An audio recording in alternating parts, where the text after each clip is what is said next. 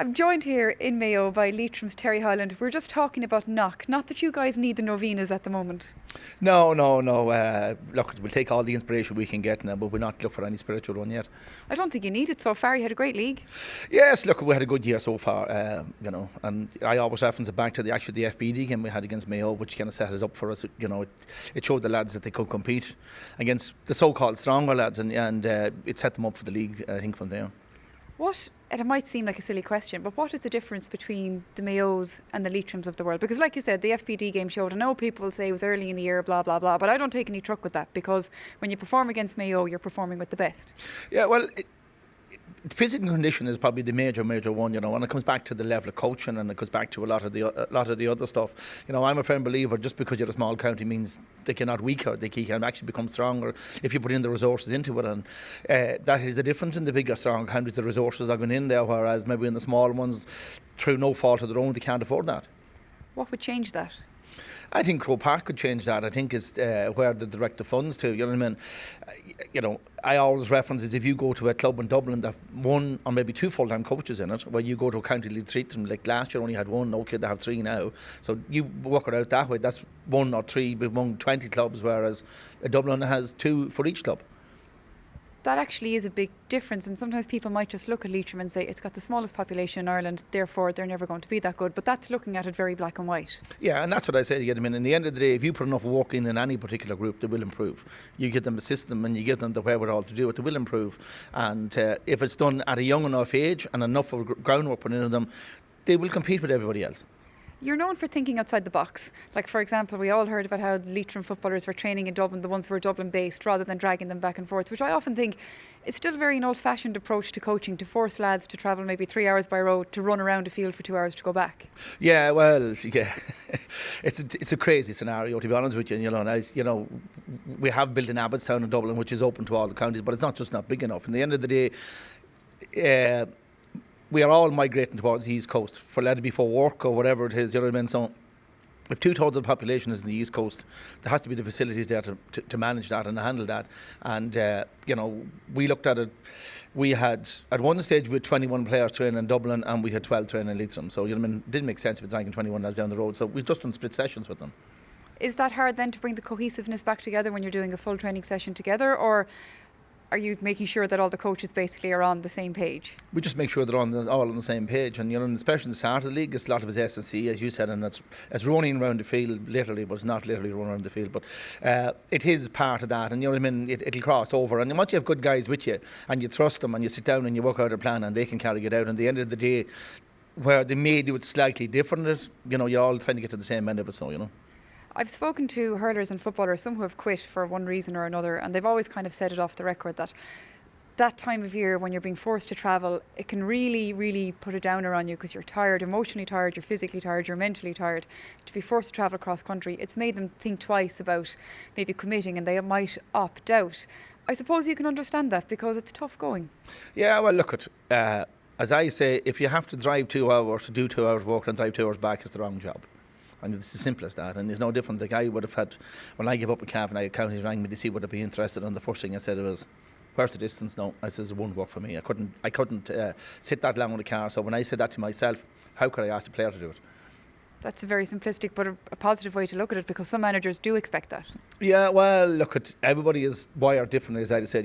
Some people think that if you get up and run at 6 o'clock in the morning and lads are fatigued and they're not fit to do something, that's the right way to train. Another lad says, well, if you left them lying in bed until 11 o'clock when they're rested, that's the right way to do it. So everybody's a different approach. And it's difficult as well to get your rest, because when you're an elite inter-county footballer or hurler, you have to work as well, or you have to go to college. You're not being paid. You might be as professional can be, but you still got to make a wage. That's it, and and that's the hard facts of it, and you still have to get on in life. And having reared a family, I know I can understand and see where fellas, and I tell lads in the kind of footballer, when you come to 30, your football is coming to an end. You have a lot of your life left to live. You better be prepared for it. So there's no point in saying just because I played in the county football for 10 years is going to bring me to the rest of life. It doesn't. They have to get other platforms in. So that's where their education and all that is so important. And then when they're in jobs and that, and I think it's incumbent on the GAA to try and facilitate lads with work and get them work. You know what I mean? And get them into jobs that facilitates them to play into county football. That was something Mick O'Dwyer was very famous for. He made sure that Kerry lads had jobs in Kerry whenever he could.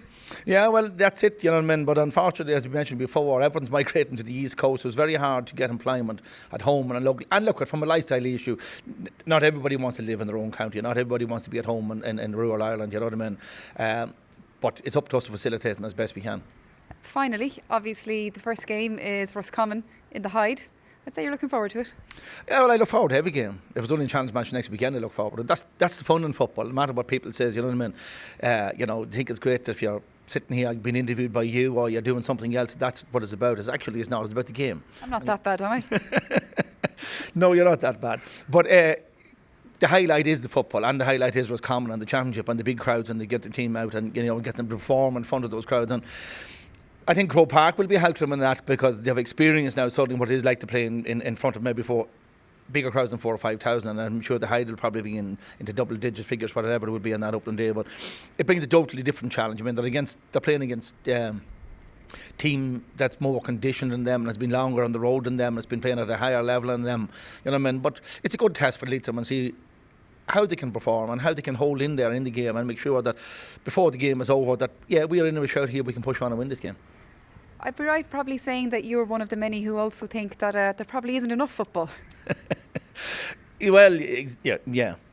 I would do. I think it's all about playing football. I was asked this when I was involved with Cavan as well, and someone said about it. I mean, to be honest with you, the championship is crazy length of a season. You play a game, you don't play for 3 weeks again, you play a game, and it's all about stopping and starting. And said, these guys have been training since November. They can play at least every other week, and the championship could be shortened up on the top of making the club season and getting club time. Just compress the thing. I know it's all about money and it's about TV rights and it's about all those things, but if they manage that right, I don't think it would suffer. I seen when I was involved with Cavan playing Monaghan, which would be a big payday for the GAA and a big crowd, and I think Tyrone were playing Donegal the same day, but one was staggered because of the other, because maybe of TV or whatever it was. But they wouldn't have, as regards to people going to the game, it didn't make any difference, and maybe we should go back to the people going to the game. Maybe you could argue as well that maybe instead of shortening up the championship, create more games, have the same length of time but more games. How would you feel about that? Yeah, well, maybe run back and go and run it on a league basis. This is what they want. People want games and spectators want games, and maybe move the National League more into a summertime type scenario and just maybe change the title of the All Ireland as being the All in factor as being the cup, as they call it. You know what I mean? Maybe integrated some way into a league system where you're comparative with who you're playing, but yet there's success in it for the team that wins in it. The sun's coming out. It's looking like it could be a good summer for Leitirm. I think you seem to be in a fairly good place with the team. Yeah, well, look at the sun is shining during the winters. That's where we had a mild spring, and it has been good to Leitirm. So hopefully we'll have a mild summer. We'll be seeing wait and see. Thank you very much for your time, Terry.